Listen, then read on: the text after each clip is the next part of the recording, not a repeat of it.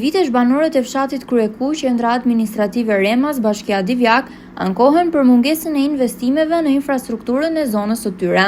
Ata ndihen të diskriminuar nga drejtuesit aktual të bashkisë për shkak të gjendjes së rënduar të rrugës hyrëse, rrugëve të brendshme dhe lagjeve ku jetojnë. Sipas banorëve, një projekt për përmirësimin e rrugëve, ndërtimin e trotuareve, kanalizimeve dhe ndriçimit publik nisi disa muaj para zgjedhjeve të vitit 2023.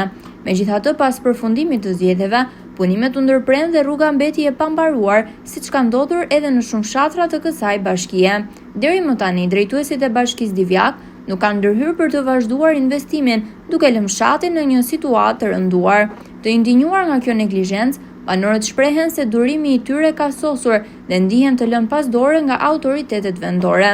Një nga banorët e fshatit, Shefit Kaja, shprehu hapur pa kënaqësinë e tij ndaj drejtuesve të bashkisë Divjak dhe politikës në përgjithësi.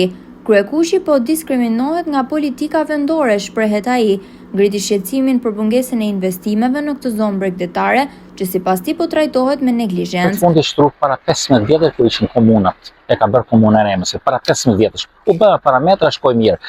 Në zgjedhjet lokale kur kandidonte kryetari Fredi Kokoneshi, prun skrepin me urgjent një muaj para zgjedhjeve, rreth 20 ditë. Edhe patëm projekt s'kisha asnjëherë, po vuni ca letra në dyqane, ta bëjmë rrugën me trotuare, eri një skrep i madh i bonifikimit, i marrë me qara, e shkatroi komplet, nuk ishim kundra, ishim kundra në atë kohë, e shkatroi që do të bëhet rrugë me parametra. Besoj, në kohën që u bën zgjedhjet, u ndru kandidati për kryetar bashkie, nga Fredi u bë ky sot. I hoqën ato, nuk u di kush e hoqi. Braçi thoshte Fredi thoshte hoqi ky i riu, e nuk u morë vesh nga pretori Braçën. Edhe ja që zgjedhja sot, rruga që e një, dhe kështë shtyrë pak në 5-6 vjetë rruga, e shkatruar ka lënë këtë gjendje. Kjo është mallë, nuk e di këtë vend për lagjet. Ja lagje që nuk njëtë do të dhe me këmbë, nuk aksesohet me këmbë. Dalësh për të tërë që po them unë, dalin nga lartë. Është skandaloze, nuk e di. To sillen me ne të masi inkvizitor. Nuk e di, paguajnë taksa për këtë detyrime, përfitojnë ndoshta nga ajo që nuk di çfarë them. Deri sot jo, asnjë gjë s'ka ardhur. Sa po me thënë në drejtën. Po çfarë vi kërkojnë, vetëm votë? Të shira dhije që vetëm për votë në vinë gjithë. Si gjë tjetër. Si gjë tjetër, për të këto se që rruga e shtruar dhe gërmuar në janë asnjën. Për 3 vjet, 4 vjet nuk kam më mirë. Që në votimet atëherë, edhe për të bërë, e mori partia tjetër, ngelo harë. Sa e grujën këtë për të zotë. Në mesin e banorëve ndodhi dhe Patrik Coku, kandidat për deputet në zgjedhjet e 11 majit për Qarkun Fier dhe Bashkinë Divjak për koalicionin Shqipëria bëhet. Gjatë bashkëbisedimit me banorët, ai e cilësoi Kryekushin si një fshat të harruar dhe të diskriminuar nga politika drejtuese e Bashkisë Divjak. Banorët kërkojnë që projektet e nisura të përfundojnë dhe të ndërmerren investime serioze për përmirësimin e kushteve të jetesës në këtë zonë. Ndryshim, ka qenë vitin 2023 kur ishin zgjedhjet e kaluara për Bashkinë e Divjakës, që qeveria aktuale, që është mazhorancë, premtoi banorëve të fshatit që do të shtronin rrugën. Dhe ata thjesht e gryen rrugën dhe ti e shef vetë, dhe gjithë televizion që kanë ardhur këtu i pyesin banorët për rrugën aktuale. Por nga këtu nuk ka asnjë investim, thjesht ndoshta mund të jetë një investim që mund të vazhdojë tani për kohën e fushatës, asfalt elektoral siç e themi ne. Përveç kësaj, ju jeni një djalë i kësaj zone. A keni bërë ju takime dhe a i keni premtuar këtyre banorëve, çfarë mund të bëni ju për këta banorë nëse do jeni pjesë e parlamentit shqiptar? Shiko, unë takoj çdo ditë njerëz dhe të gjithë shpejnë ankesat e veta, por unë si djalë i zonës premtoj që nëse unë do të kem një vend në 11 maj, unë do të jem zëri i këtyre për të ngritur problematikat e fshatit dhe për të zgjidhur ato. A do kishin një zë të fortë sot për politikën sot?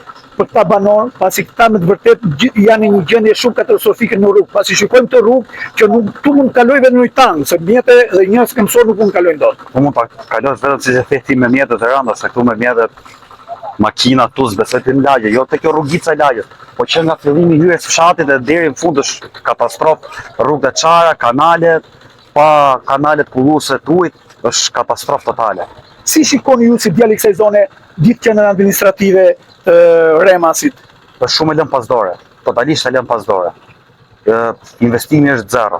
Është thjesht për momentin e fushatës, një investim i thjesht i shpejt që ndoshta kërkojnë të blejnë votat, të blejnë banorët e zonës, se për gjë tjetër nuk besoj se janë.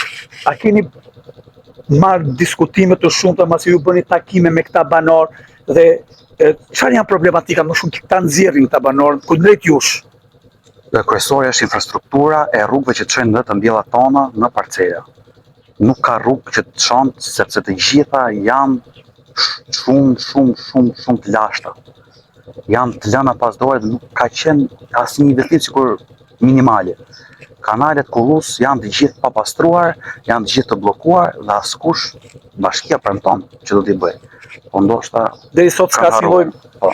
Patrik, faleminderit që je i interesuar për problematikat e këtyre banorëve, pasi neve shpeshherë kemi ngritur shqetësimin e tyre. Ju falenderoj për këtë intervistë. Ju falenderoj juve që interesoni për zonën tonë të pak.